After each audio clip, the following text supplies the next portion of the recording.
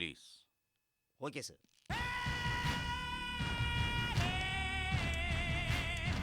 Sir, May I come in? Thank you.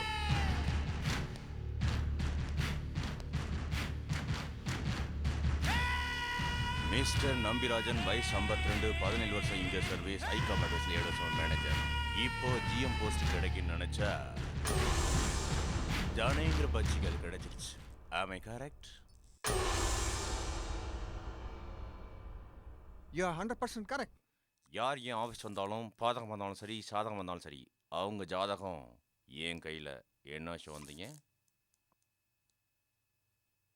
நான் இங்க 2 நிமிஷம் அமைதியா உட்காந்துருக்கேன். எதுக்கு வந்திருக்கேன் நீங்களே சொல்லுங்க பார்க்கலாம். எலி புலி கோயிலுக்குள்ள வந்திருக்கு. ஏன் வந்திருக்குன்னு தெரியாதா? என்ன விஷயம் நீயே சொல்லு. எனக்கு அங்க மரியாதை இல்லை. இங்க மட்டும் கிடைக்கணும். எப்படி வந்தீங்க? எனக்கு மரியாதை வேணாம் சார், பணம். Money is not a problem here. அதுக்காக நீங்க என்ன பண்ண போறீங்க? எது வேணாலும் செய்வேன். யூ மீன் என்ன வேணாலும்? எஸ், சிவராம் அனுப்புகிற டெண்டர் டீடைல்ஸ், எஸ்பெஷலி ரேட்ஸ், அவன் அனுப்புறதுக்கு முன்னாடி உங்ககிட்ட வந்து சேரும். ஷூர்? எஸ். 1 minute.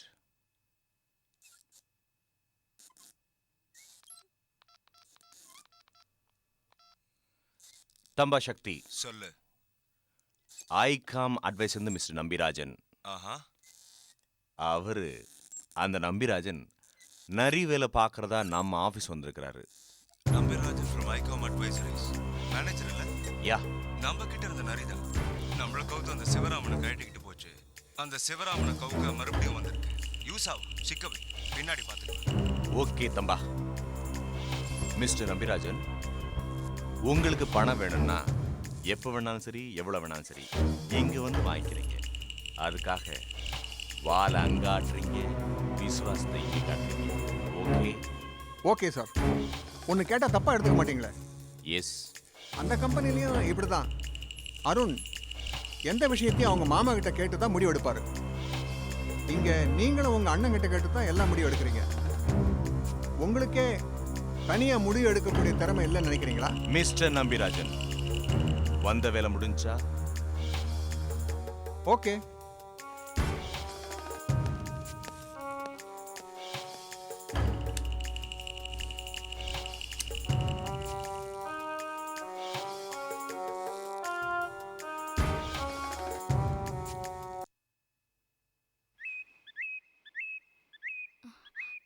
என்னங்க சொல்றீங்க? ஆமா வைதேகி, அருண் கிட்ட நம்ம விஷயத்தை சொல்ல வேண்டியதா போச்சு. அப்போ அன்னைக்கு உங்க கார்ல வந்துட்டு போனது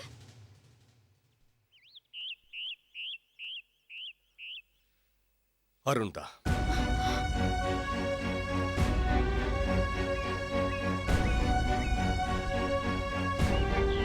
இனிமே நீ இந்த வீட்டில் இருக்க வேண்டாம். உடனடியாக அவனுக்கு வேற வீடு ஏதாவது பார்க்கணும். நம்ம விஷயத்தை, நம்ம 2 பேருக்குள்ள இருக்கிற உறவை அருண் ஈஸியா புரிஞ்சுக்கிட்டான், ஈஸியாவும் எடுத்துக்கிட்டான். ஆனா ராஜேஸ்வரி அவளை ஈஸியா எடுத்துக்க மாட்டா. அதை அவளால் தாங்கவும் முடியாது. இந்த விஷயம் இன்னைக்கு அருணுக்கு தெரிஞ்ச மாதிரி நாளைக்கு யார் மூலமாவது ராஜேஸ்வரி காதுக்கு போறதுக்குள்ள இந்த வீட்டை மாத்தணும். வாழ்க்கையில நான் முதல்ல ஒன்று ஆசைப்பட்டேன். அது தப்பா போச்சு. அதுக்கப்புறமா எனக்குன்னு தனிப்பட்ட விருப்பு வெறுப்பு எதுவுமே இல்லை. இப்போ நீங்க ஆசைப்படுறதா என்னோட ஆசை. உங்க விருப்பப்படியே வேற வீடு பாருங்க. ஏய், நான் கொஞ்சம் முன்னெச்சரிக்கையா இருக்கணும்ன்றதுக்காக தான் சொன்னேன். நான் சொன்னதுல ஏதாவது தப்பா இருக்கான்னு நீயே நினைச்சு பாரு. அப்புறம் நாளைக்கு புரோக்கர் ஆறுமுகம் வருவான். நீயே ஒரு நல்ல வீடா பார்த்து ஃபைனலைஸ் பண்ணிடு. அப்புறம் நான் இனிமே அடிக்கடி உன்னை பார்க்க வர முடியாது. ஏதோ முக்கியமான விஷயமா இருந்தா எனக்கு ஃபோன் பண்ணேன்.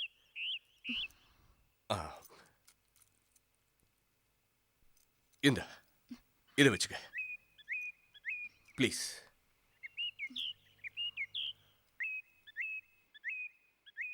நான் வரேன்.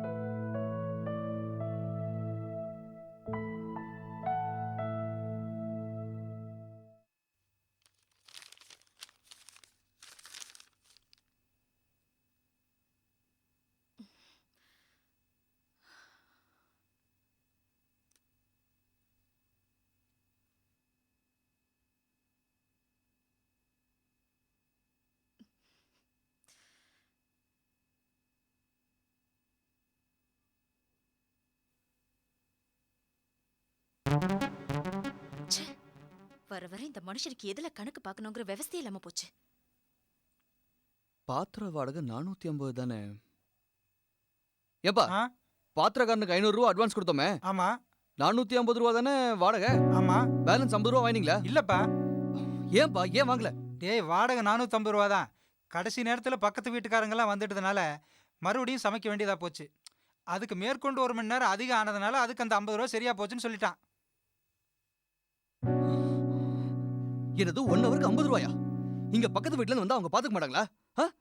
அதுக்கா எனக்கு 50 ரூபா நஷ்டமா? இப்ப யாரு கேட்டா இந்த ஃபங்க்ஷனை? ஏதோ ஒரு 4000 ரூபா செலவு பண்ணா ஒரு 5000 ரூபா வரும்னு நினைச்சேன்.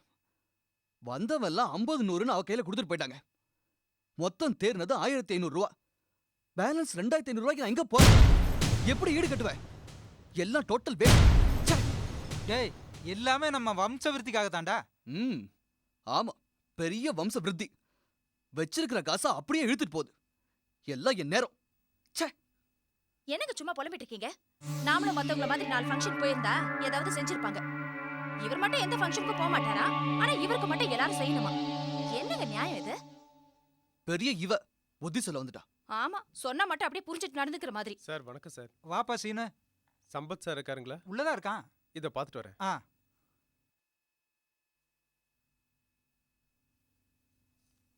சம்பத் சார் வணக்கம். சீனு வாங்க.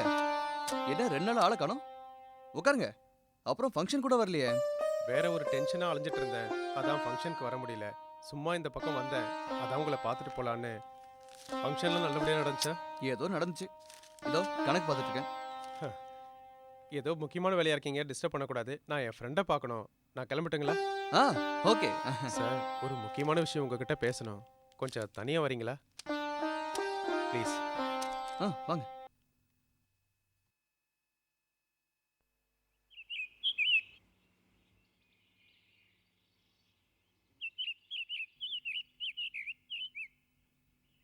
என்ன சீனு, என்னன்னு சொல்லுங்க. சார் தப்பா எடுத்துக்காதீங்க. ஒரு 2000 ரூபாய் கடனா கொடுத்தீங்கன்னா 2 monthsல திருப்பி கொடுத்துட்றேன். இப்போ என்கிட்ட பணம் இல்லையே சீனு. இருந்த பணத்தை வீட்டில் நடந்த ஃபங்க்ஷனுக்காக செலவழிச்சிட்டேன்.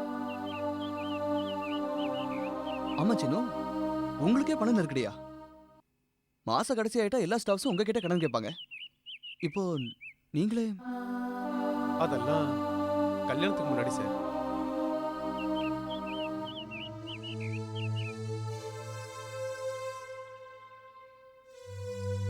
அப்பெல்லாம் நான் தனி மனுஷன் சார். இப்போ ஃபேமிலி மேன். கமிட்மெண்ட்ஸ் ஜாஸ்தி. குடும்பத்தை சமாளிக்கிறதே கஷ்டமாக இருக்குது சார்.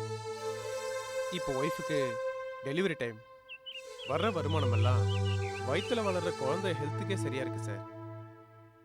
ஒவ்வொரு நாள் ராத்திரியும் என் ஒய்ஃப் சொல்லுவான், குழந்தை வயிற்றில் உதைக்குதுன்னு சொல்லி சந்தோஷப்படுவா சார். குழந்தை உதைக்கிறது வயிற்றில் மட்டும் இல்லை சார், நம்ம பட்ஜெட்டையும் சேர்த்து தான். இன்னைக்கோ நாளைக்கோ டெலிவரி ஆகலான்னு டாக்டர் சொல்லிட்டாரு. கையில் இருக்கிறது வெறும் 500 ரூபாய் தான் சார். இப்பெல்லாம் சாதாரண டெலிவரியை கூட சிசேரியன்னு சர்வ சாதாரணமாக டாக்டருங்க சொல்லிடுறாங்க. அவங்கள சொல்லி குத்தம் இல்லை சார். அவங்களுக்கு தேவை பணம், நமக்கு தேவை குழந்தை. குழந்தைய பார்த்து அந்த நிமிஷத்துலேயே என் மனைவி சந்தோஷமாயிடுவான். ஆனா அதுக்காக நான் படுற கஷ்டம். இப்ப இந்த குழந்தை எனக்கு தேவையா அப்படின்னு நினைக்க தோணுது சார். இப்ப இருக்கிற நெருக்கடியில மைண்ட் சரியா ஒர்க் பண்ண மாட்டேங்குது சார். நான் எப்படியாவது பணம் புரட்டியே ஆகணும். உங்ககிட்ட கிடைக்கும்னு நம்பி வந்தேன், கிடைக்கல. இன்னொரு நண்பன் கிட்ட நான் போய் கேட்கணும் சார். வரேன் சார்.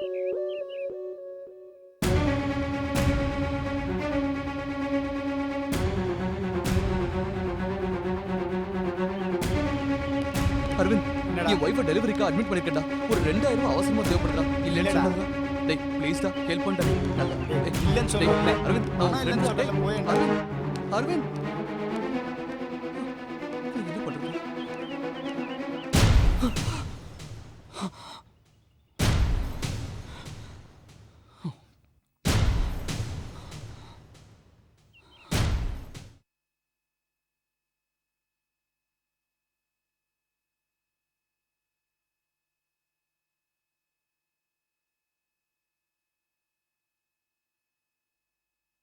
ಸರ್ವ ದುಃಖ ನಿವಾರಿಣಿ ದುರ್ಗಾಂಬಿಕೆ, ಸರ್ವ ಕಾರ್ಯ ಸಿದ್ಧಾಯಿನಿ ದುರ್ಗಾಂಬಿಕೆ.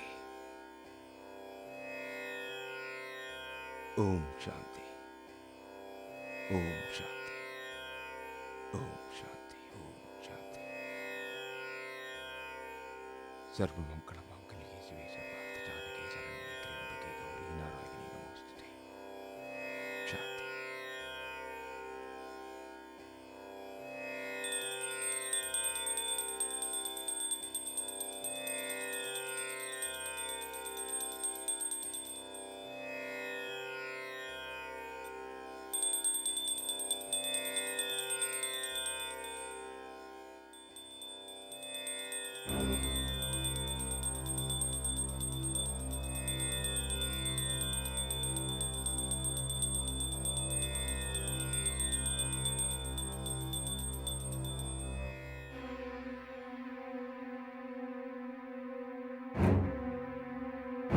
சாமி, ஐயா, என்னடா அது? ஏன் தங்கச்சி போட்டோ மேல தூசியா? என் தங்கச்சி போட்டோ மேல தூசி. எதுக்குடா இத்தனை ஃபைல நான் வேலைக்கு வச்சிருக்கேன்? இத பார், இனிமே என் தங்கச்சி போட்டோ மேல ஒரு சிறு கரும்புள்ளிய நான் பார்த்தேன், ஒரு பயலி நான் உயிரோட விட மாட்டேன். புரியுதா? சொல்லையா?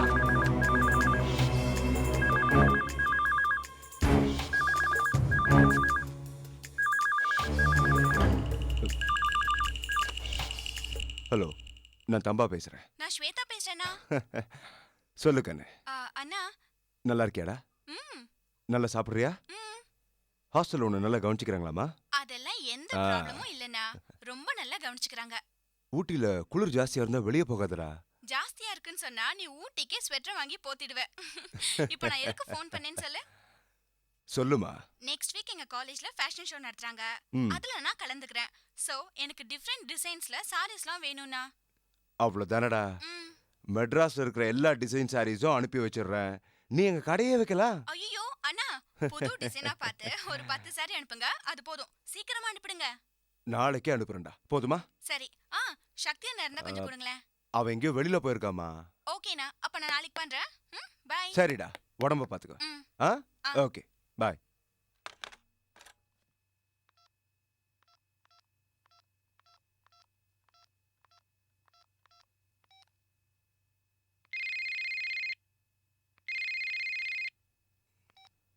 ஹலோ. டே சக்தி, நான் தான்டா.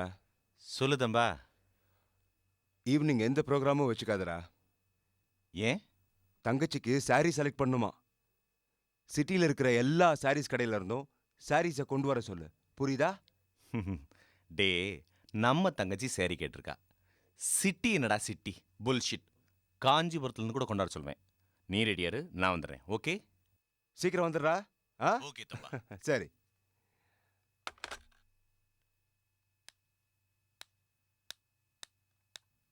சார், நீங்க உள்ள போலாம்.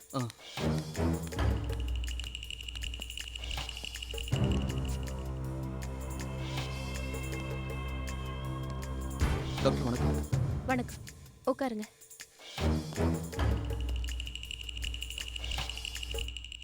சொல்லுங்க, என்ன ப்ராப்ளம்? டாக்டர், என் ஒய்ஃப் கன்சீவ் ஆயிருக்காங்க. எங்க 2 பேருக்கு இப்போ குழந்தை பெற்றுக்கிற ஐடியாவே இல்லை. ஒரு 2 இயர்ஸ் கழிச்சு பெற்றுக்கலான்னு இருக்கோம். இதுக்கு நீங்க முன்னாடியே கேர்ஃபுல்லா இருந்திருக்கணும். இருந்திருக்கணும் தான். ப்ளீஸ் டாக்டர், கொஞ்சம் ஹெல்ப் பண்ணுங்க. குழந்தைய அபார்ஷன் பண்ணணும்.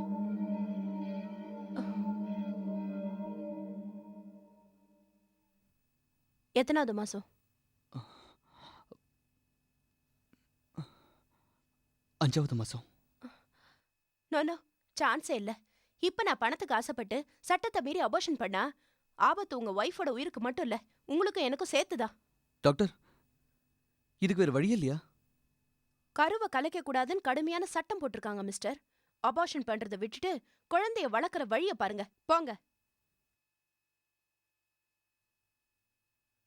போங்க. நெக்ஸ்ட்.